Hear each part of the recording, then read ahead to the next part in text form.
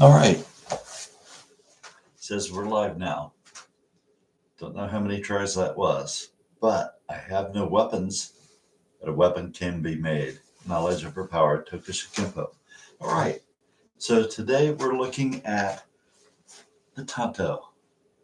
Now, the tanto is something we often talk about in Kempo, as the blade is a tool that we can utilize not only for defense, but it also teaches us about ourselves, body awareness, and knowing how to hide behind the blade is very important for our martial arts skills that are unarmed.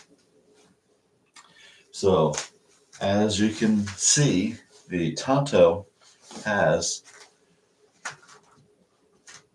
the salute type of qualities to it.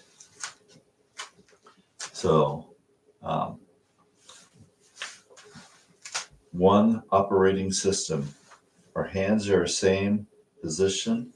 Our hands are same position, no matter which way. If we are utilizing the tanto in a single or a double, I'll use an ink pen.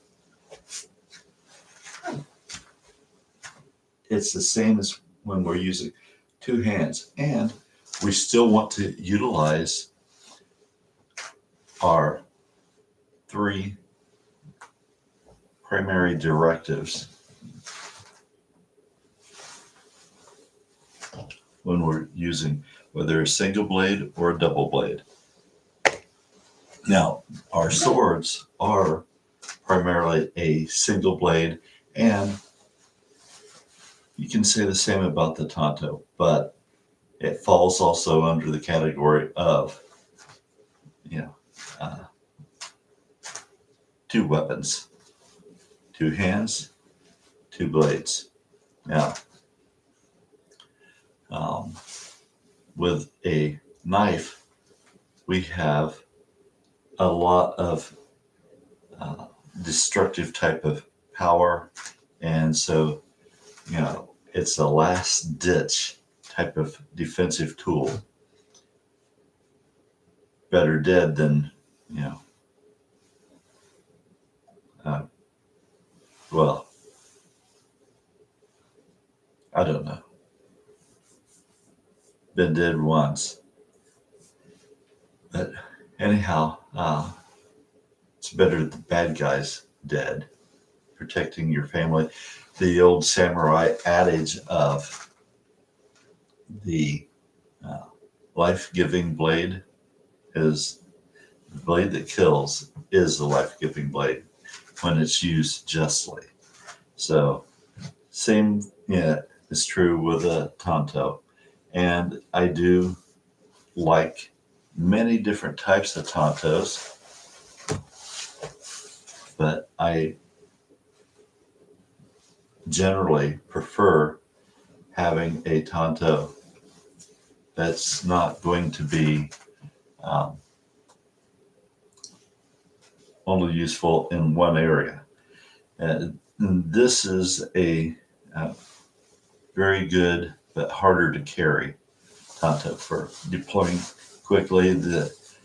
Unless you have those pocket automatic, when you pull out, you have your curved blade, crumpet type of tanto, and whatever blades you have with you is better than one that's not. And so the straight edged uh, knife seems to be easier to carry, and for that reason, it's more likely to be on me. I have crumpets and kukri. Uh, and that's one of the nice things about Kempo. You can utilize whatever weapons at hand. Masashi said we shouldn't have a preference for one blade over one weapon or tool over another. So anyhow, back to the use of our tanto rear hand. When it's the blade is longer than our tip of our elbow, then that falls in the short sword category. Anything from this position to here can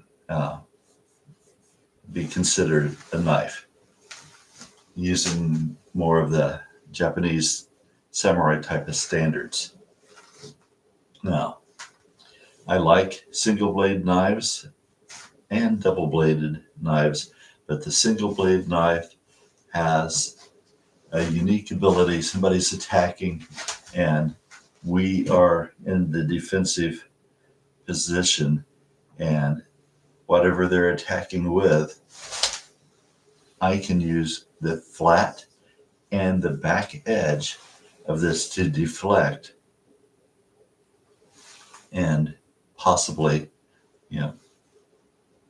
get the person to reconsider their attack.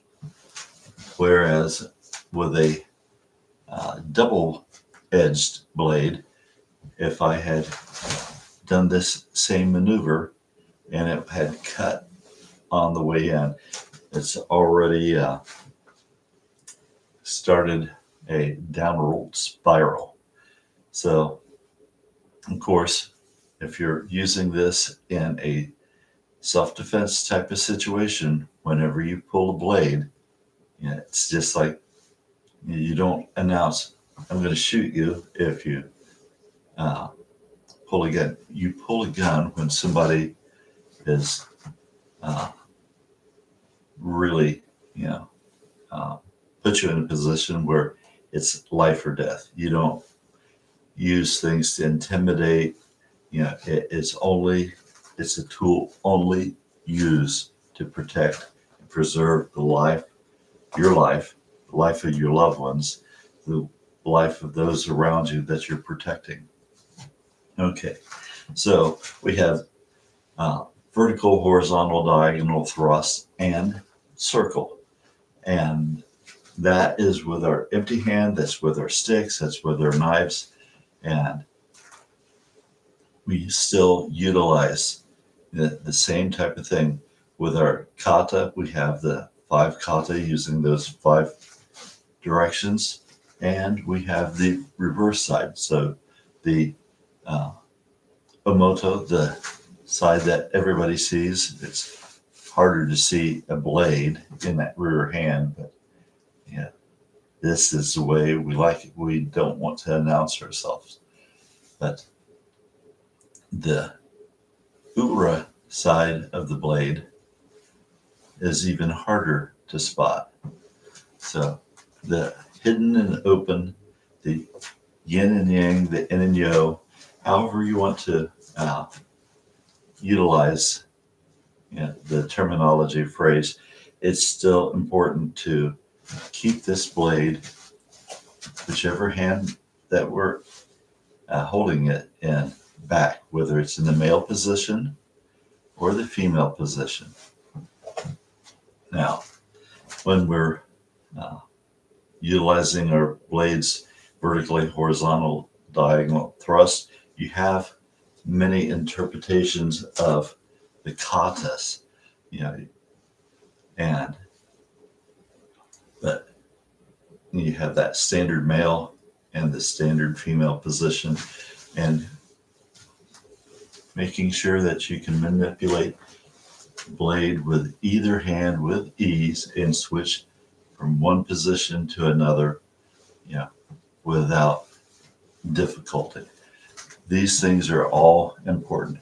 Also, test cutting that we do with a sword, especially like cutting the cards, you can use the same cuts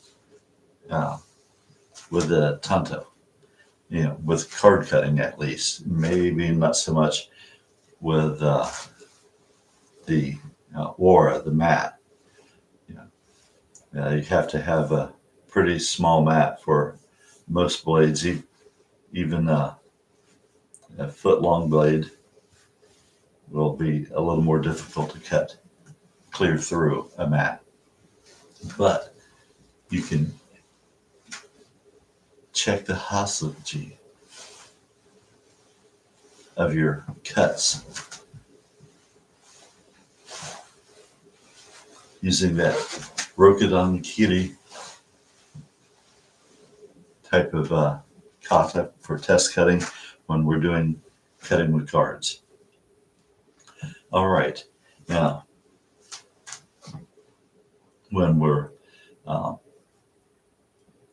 working with the card cutting coming up, you can bring your tanto and use that as well as cutting with wakizashi or katana. And remember to practice all your kata. Remember to experiment with your carry, a blade up. Type of carry, you can still do a vertical cut. You can do your horizontal cuts, your diagonal down and up, and thrusting, and a circular motion with your tanto can be a defensive position as well. So it's hard for somebody to reach in and grab this when they're reaching into a blade that is flicking around. And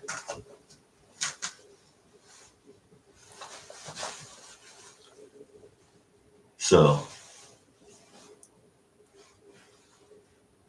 whichever hand you're holding it, try to keep the weapon back. Try to utilize our first three principles, and you should be good. All right. If you have any questions, you know how to contact me. And I'm going to end stream now. Thanks for stopping in. I'll see you. Oh, wait. It says end. Okay. Bye.